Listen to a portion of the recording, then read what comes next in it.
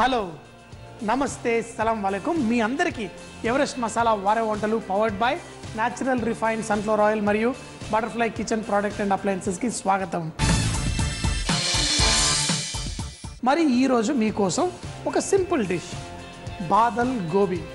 బాదల్ అంటే ఏంటో తెలుసా? హిందీలో మేఘాలు. మేఘాలు ఎలా ఉంటాయి? తెల్లగా ఉంటాయి. మరి కాలీఫ్లవర్ కూడా కొంచెం తెల్లగానే ఉంటుంది. మరి మేఘాల్లా తెల్లగా కనపడాలంటే బ్యాక్గ్రౌండ్ కొంచెం ఎర్రగా ఉంటే బాగుంటుందని చెప్పి టమాటో గ్రేవీలో ఈ కాలీఫ్లవరు అలాగే కొంచెం పాలని విరగొట్టి దాన్ని కూడా వేస్తాం.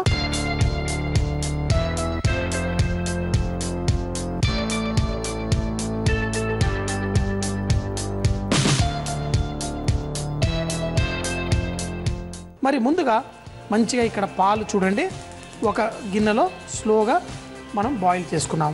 మరి ఇందులోనే కాలీఫ్లవర్ని చక్కగా కొన్ని నీళ్ళల్లో ఉప్పు వేసి దాంట్లో ఉన్న ఆ క్రిములు ఏం లేకుండా చూసి కడిగి కట్ చేసుకున్న దాన్ని ఇందులో వేసుకున్నాం.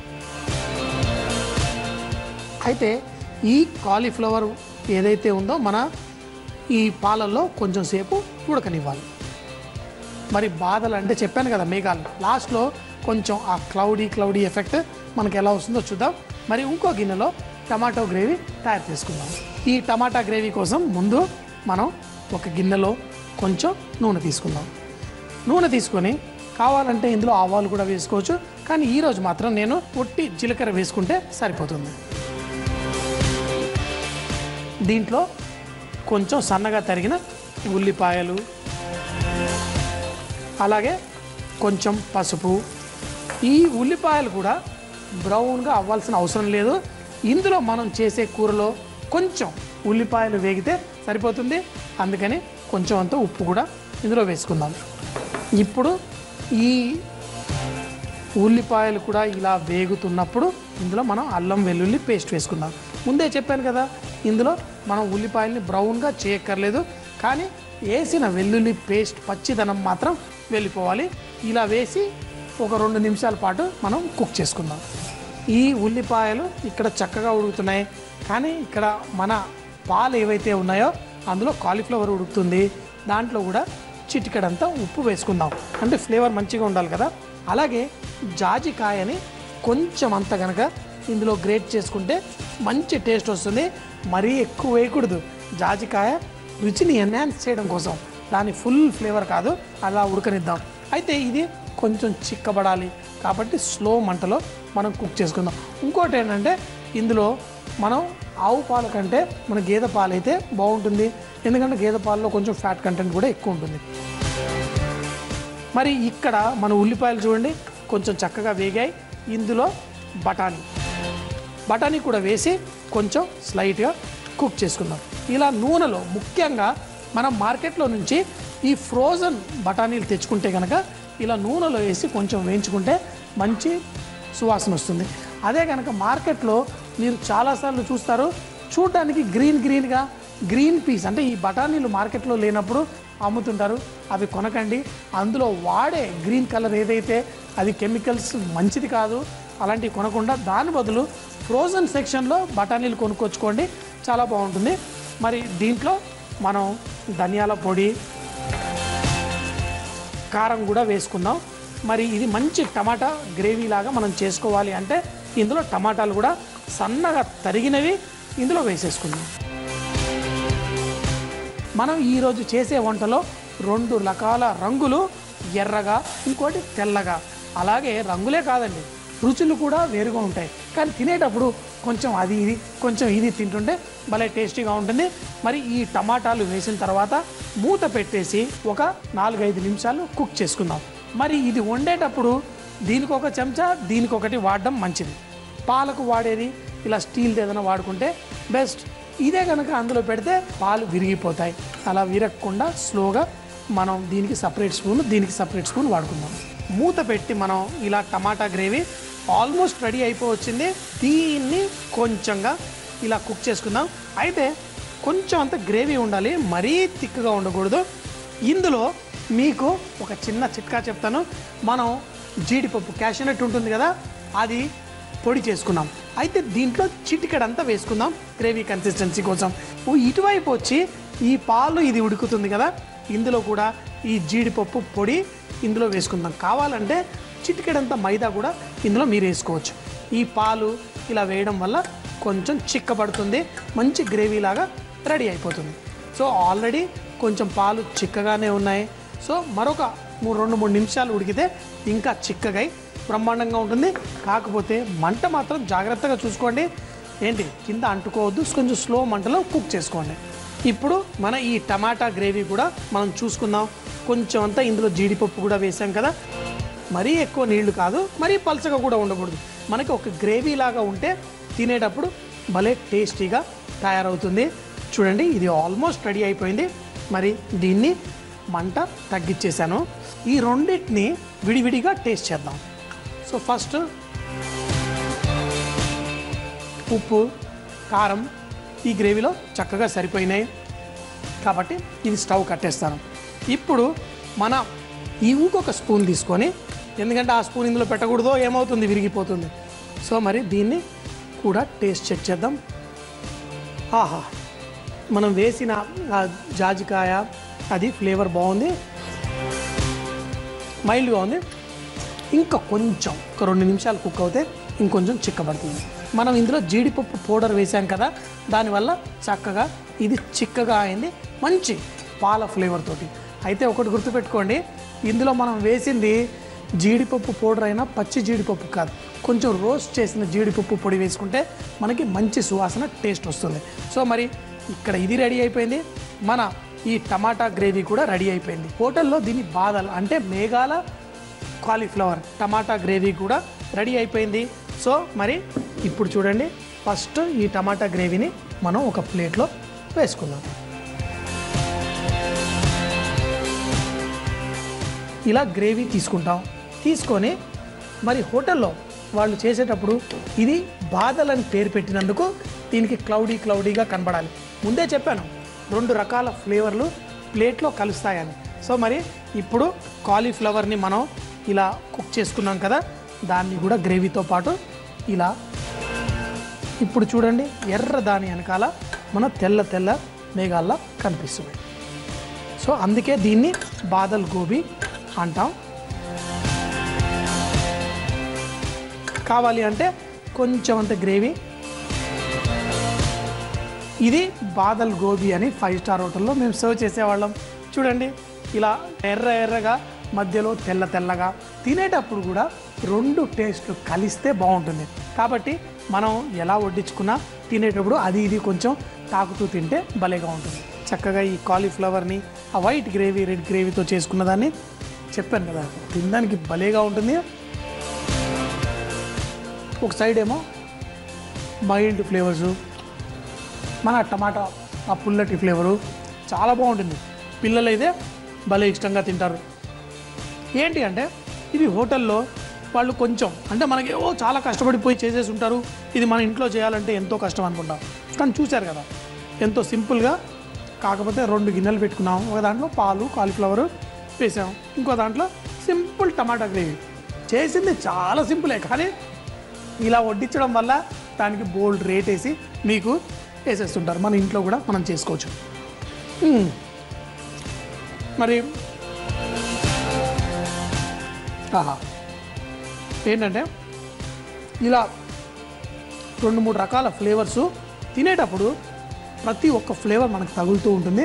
మీరు ఒక్కసారి ట్రై చేసి చూడండి. ఈ బాదల్ గోబీ పిల్లలు దీని గురించి ఏమంటారో నాకు తప్పకుండా తెలియజేయండి. మరి నేనైతే ఎంజాయ్ చేస్తున్నాను, మీరు కూడా సూపర్గా ఇంట్లో చేసుకోండి. ఎందుకంటే ఎలా ఉందో తెలుసు కదా, సూపర్ అంటే మరి సూపరే.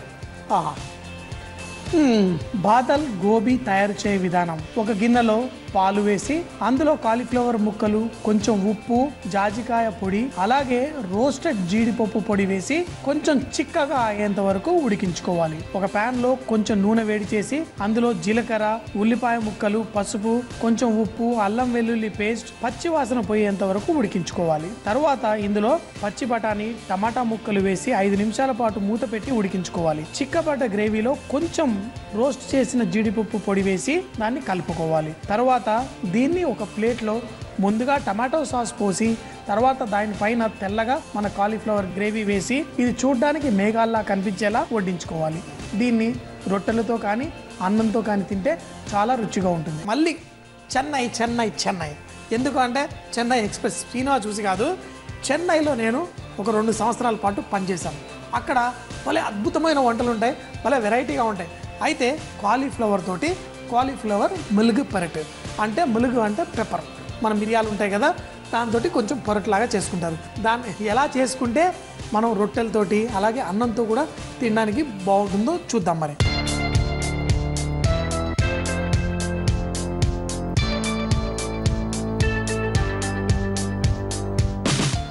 నీళ్ళు ఇక్కడ బాయిల్ చేస్తూ ఉన్నాను.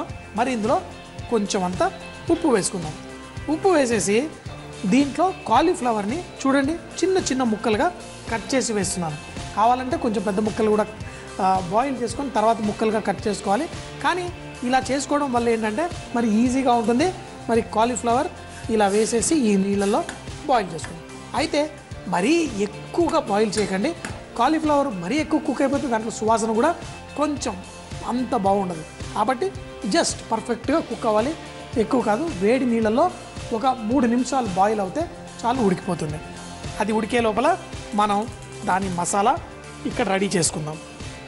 అయితే దీంట్లో ఎక్కువగా వాళ్ళు కొబ్బరి నూనె వాడతారు. ఈ పర్టికులర్ డిష్లో కావాలంటే కొబ్బరి నూనె కూడా వేసుకోవచ్చు. అయితే మనం కొబ్బరి నూనె వేస్తే కొబ్బరి తురుము వేయం. అందుకని చెప్పి ఈరోజు నేను కొబ్బరి తురుము వేస్తున్నాను. దానికోసం మనం రెగ్యులర్ ఆయిల్ వాడుకుంటున్నాం. మరి ఇందులో నూనె వేసుకుందాం. ఈ కాలీఫ్లవర్ ముక్కలు అయితే ఉడికిపోతున్నాయి. ముందుగా మనం తాలింపు వేసుకుందాం. వేడి వేడి నూనెలో ఆవాలు, ఎండుమిరపకాయలు. ఇందులో ఎండుమిరపకాయలు వేస్తేనే దాంట్లో సూపర్ ఫ్లేవర్. అలాగే కరివేపాకు వేసి కొంచెం వెనక్కి జరగండి, నూనె చిటపట్లాడుతుంది.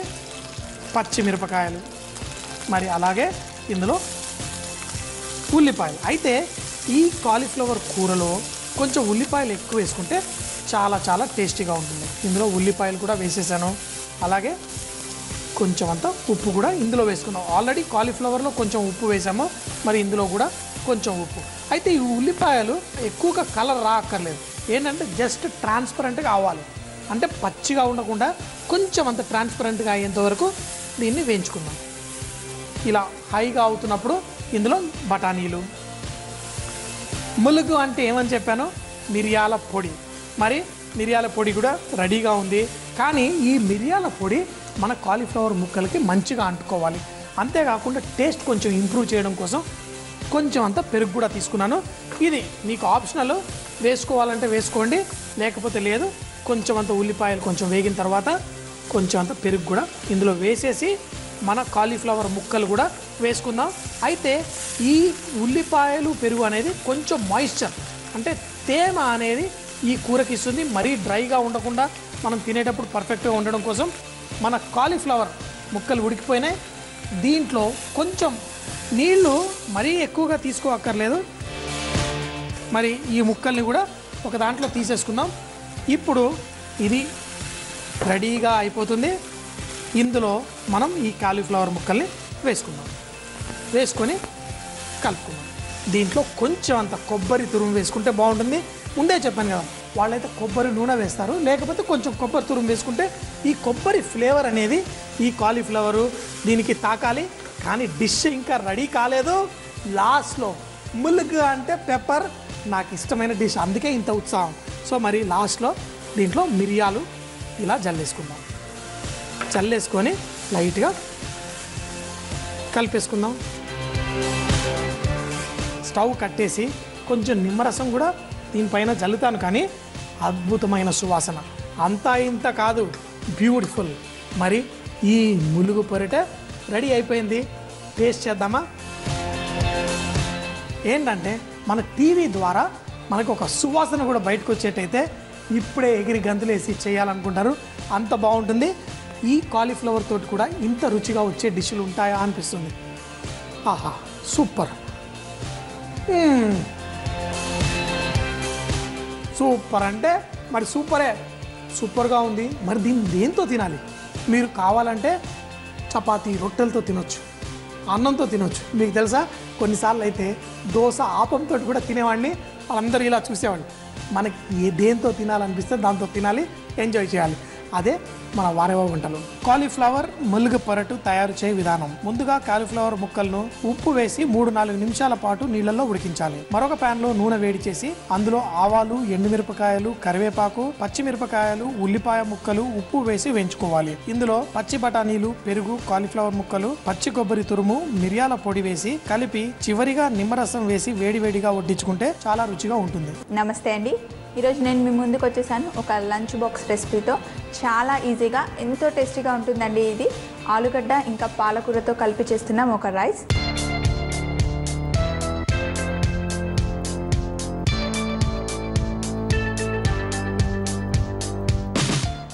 ముందుగా గిన్నె పెట్టాను. కొంచెం గిన్నె వేడెక్కిన తర్వాత ఇందులో నెయ్యి వేస్తున్నాను. అది మీ ఇష్టం అండి. మీకు ఇష్టం ఉంటే నూనెతో కూడా చేసుకోవచ్చు, కానీ నెయ్యితో అయితే కొంచెం టేస్ట్ ఎక్కువగా ఉంటుందని నేను నెయ్యి వేశాను. ఇందులో ఫస్ట్ మనం ఏం వేస్తున్నాం, సాజీరా, జీడిపప్పు, అలాగే నేను ఉల్లిపాయని ఇలా పొడుగా పెద్దగా తరిగి పెట్టుకున్నాను, అది కూడా ఇందులో వేసేస్తున్నాను. ఉల్లిపాయలు వేసిన తర్వాత మనం ఉప్పు వేసుకుంటే ఉల్లిపాయలు బ్రౌన్ కలర్ వస్తాయి, కొంచెం తొందరగా వేగిపోతాయి. ఈ రైస్కి ఉల్లిపాయలు కొంచెం బ్రౌన్ కలర్ వస్తే బాగుంటాయి. అలాగే నేను ఇందులో పచ్చిమిర్చి కూడా వేస్తున్నాను. ఇంకా ఈ రైస్లో మనం కారం వేయట్లేదు, ఓన్లీ పచ్చిమిర్చితోనే చేస్తున్నాం. కొంచెం ఉల్లిపాయలు బ్రౌన్ కలర్ అవ్వనిద్దాం. ఇప్పుడు ఇందులో నేను అల్లం వెల్లుల్లి ముద్ద వేస్తున్నాను. కొంచెం పచ్చివాసన పోయే వరకు ఫ్రై చేయాలి. అల్లం వెల్లుల్లి కూడా ఫ్రై అయిపోయింది కదా. ఇందులో నేను ముందుగానే ఆలుగడ్డ ముక్కలు తరిగి పెట్టుకున్నాను, ఇవి ఇందులో వేసేస్తున్నాను. ఇందులో నేను ఎక్కువ వెజిటేబుల్స్ ఏం వేయట్లేదు, చాలా తక్కువ ఇంగ్రీడియంట్స్, సింపుల్ రెసిపీ. కొంచెం ఆలు పెద్దగానే కట్ చేసి పెట్టాను కదా, అందుకే మూత పెట్టేస్తున్నాను, అవి కొంచెం సాఫ్ట్ అయ్యే వరకు. చూడండి, ఆలు కొంచెం సాఫ్ట్ అయ్యాయి కదా. మొత్తం ఉడకాల్సిన అవసరం ఏం లేదు. ఇందులో పాలకూర చాలా చిన్నగా తరిగి పెట్టాను, పాలకూర కూడా ఇందులో వేసేద్దాం. పాలకూరను కూడా ఇప్పుడు బాగా ఫ్రై చేయాలి. మనం వేసిన నెయ్యి బయటకు వచ్చే వరకు ఫ్రై చేయాలి, అప్పుడే పాలకూర ఫ్రై అయిందని అర్థం. ఇప్పుడు మనం పాలకూర వేసాం కాబట్టి దీన్ని మూత పెట్టకూడదు, ఎందుకంటే పాలకూర మొత్తం నల్లగా అయిపోతుంది.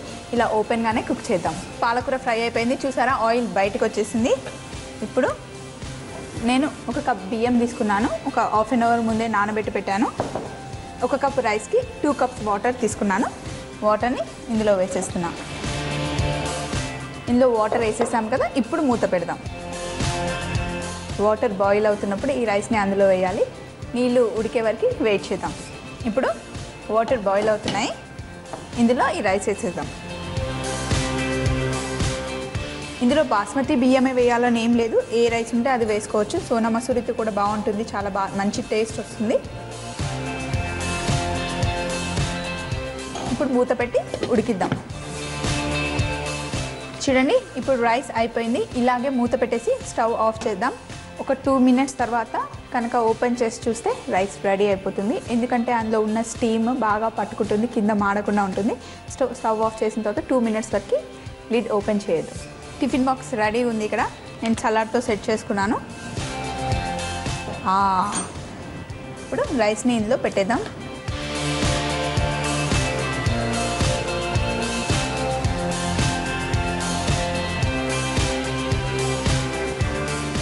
అంతే, మన ఆలు పాలకూర రైస్ రెడీ అయిపోయింది. ఇది ఇలా ఇంకొక 1-2 అవర్స్ అయితే మంచిగా ఆ లోపల ఉన్న పాలకూర, ఆలు, ఆ స్టఫింగ్ చాలా బాగా పట్టుకుంటుంది. టేస్ట్ కూడా సూపర్గా ఉంటుంది. చాలా సింపుల్ రెసిపీ. మార్నింగ్ బిజీగా ఉన్న టైంలో ఇది చేయడం చాలా ఈజీ. తప్పకుండా ట్రై చేయండి. ఒకసారి నేను టేస్ట్ చూస్తాను. చాలా వేడిగా ఉంది.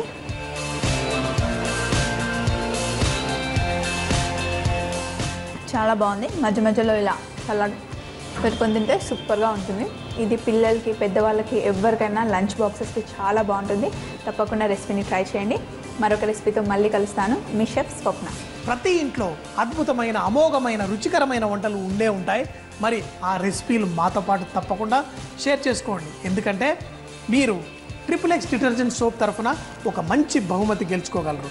మరి మా చిరునామా MIG 1540 BHEL హైదరాబాద్ 502032.